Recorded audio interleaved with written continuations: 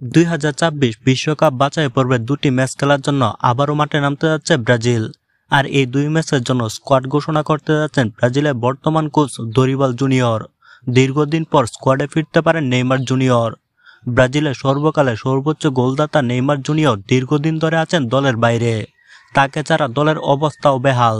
ব্রাজিলের এমন বাজে অবস্থার জন্য ভক্ত সমর্থকদের মধ্যে বিরাজ করছে চরম হতাশা।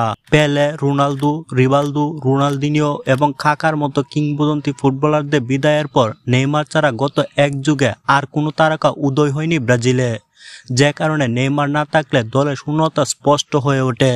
যদিও দলের পক্ষ থেকে বলা হয় নেইমারকে ছাড়াই চলতে শিখতে হবে ব্রাজিলকে। তারকা ফুটবলারের অভাব পূরণে নানা পদক্ষেপ নিতে চায় ব্রাজিল। তবে দ্রুতই নেইমার জাতীয় দলের জার্সি গায়ে জড়াক এমন প্রত্যাশা সবার। প্রিয় তারকাকে আবার মাঠে দেখতে মনোবাসনা দিনে দিনে তীব্র হচ্ছে ভক্ত সমর্থকদেরও।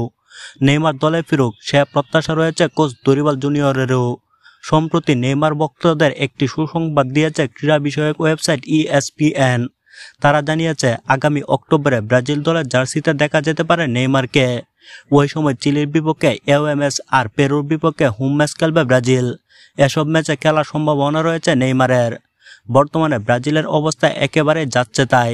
অনেকে আবার মনে করছে 2026 বিশ্বকাপ বাছাই পর্বে পার হতে পারবে না ব্রাজিল। এই অবস্থায় আগামী মাসে আবারও 2026 বিশ্বকাপ বাছাই পর্বে গুরুত্বপূর্ণ দুটি ম্যাচে মাঠে নামবে ব্রাজিল। আর ওই দুই ম্যাচের জন্য 27 সেপ্টেম্বর স্কোয়াড ঘোষণা করবে ব্রাজিল কোচ দরিবাল জুনিয়র। আশা করা যাচ্ছে নেইমারকে স্কোয়াডে রেখে শক্তিশালী একটা স্কোয়াড দিবেন ব্রাজিল কোচ।